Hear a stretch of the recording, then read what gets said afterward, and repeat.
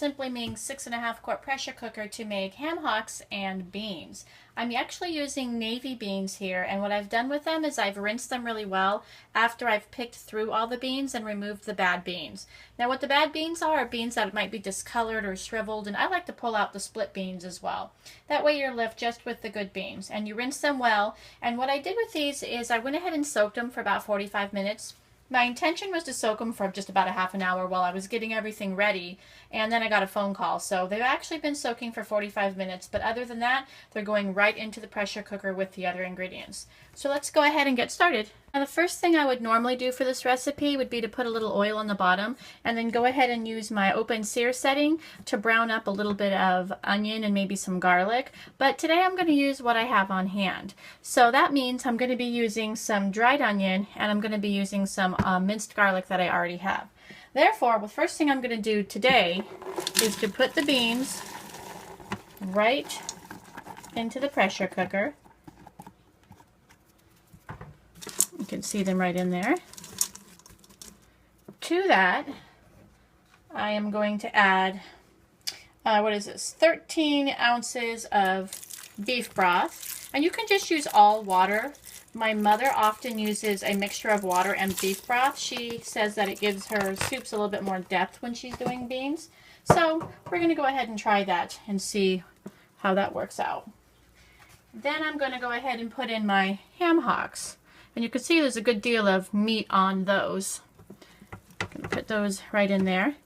You can also use ham shanks. Ham shanks have quite a bit of meat on them and are good to use as well.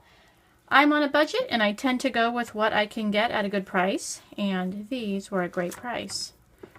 So I've got my ham hocks in here.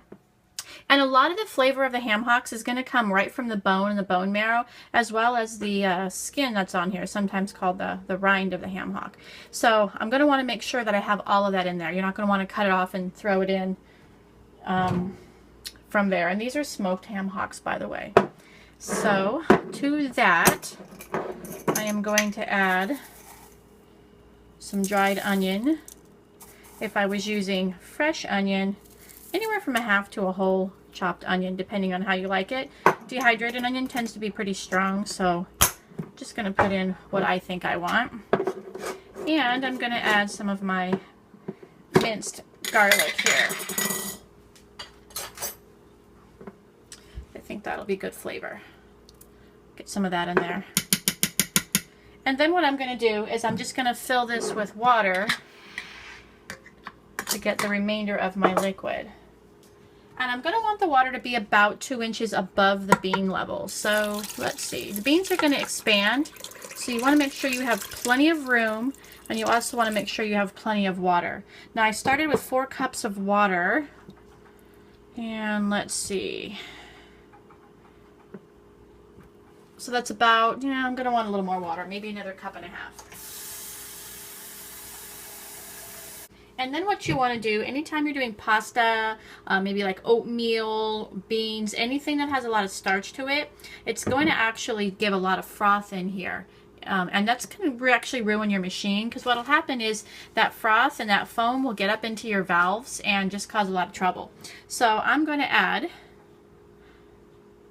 some oil to that. And about 1 tablespoon of oil per cup of beans should hopefully do it.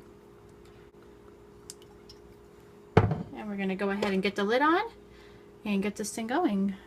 Now one thing you'll notice I did not add was salt. You don't want to add salt to your beans when they're in the pressure cooker, because the salt is going to keep the beans from absorbing as much moisture, and then you're going to get kind of hard beans, and that's not good. So we're going to leave that out, and if you want to add salt, add it when you're done. So I'm going to go ahead and make sure my lid is closed and that my pressure valve is turned to the seal part, and I'm going to get pressure cooker going here, and I'm going to do this for 30 minutes. So let's go ahead and get that started, and we'll see you in 30. Our beans have cooked for 30 minutes, and then I went ahead and let them sit and naturally depressurize for about 15 minutes. And after 15 minutes, I just sort of put the seal off to the vent and let it quickly get the last little minutes. So it's basically been in here about 45 minutes. 15 of it, like I said, just sort of depressurizing it. And let's see what we have here. Smells really good. Smells amazing. And I'm going to test these for doneness. So let's see. These ham hocks should be falling off the bone, which obviously they are, coming right off. So that looks delicious.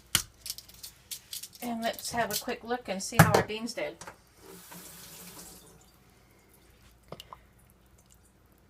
Oh, this smells so good.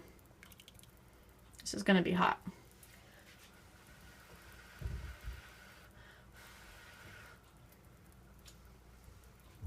Mmm. Oh, the beans are tender. They're perfect. Really good. Mmm. So they actually came out really, really good.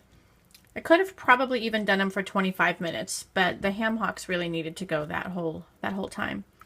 So these are great. So if I had some kale, I would probably throw a little bit of kale on top of here and put the lid back on and let it just wilt down. I think that would be great in these, but I don't. So for now, I'm just going to go ahead and dish these up, and we're going to give the ham hocks a try.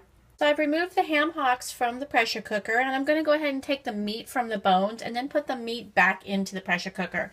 Now this doesn't have to be fancy and pretty little pieces, just chunk it up and get it in there. Wish you could smell this. It really smells so good. I'm going to turn this over and just start getting some of this off. Should start coming off pretty easy, and then I'm just going to kind of just rough chop these pieces into half. But the first thing I want to do is give this a taste test. Let's do a little bite here too. So good, so flavorful. Excellent. So I'm going to go ahead and, like I said, get these cut up and get this meat back in the soup. So here you are, ham hocks and beans. Now if you can get yourself some ham shanks rather than the ham hocks, there's an awful lot more meat on a ham shank, but there's still a lot of flavor to be had out of ham hocks, and it flavors up the broth, which helps then again to flavor up the beans.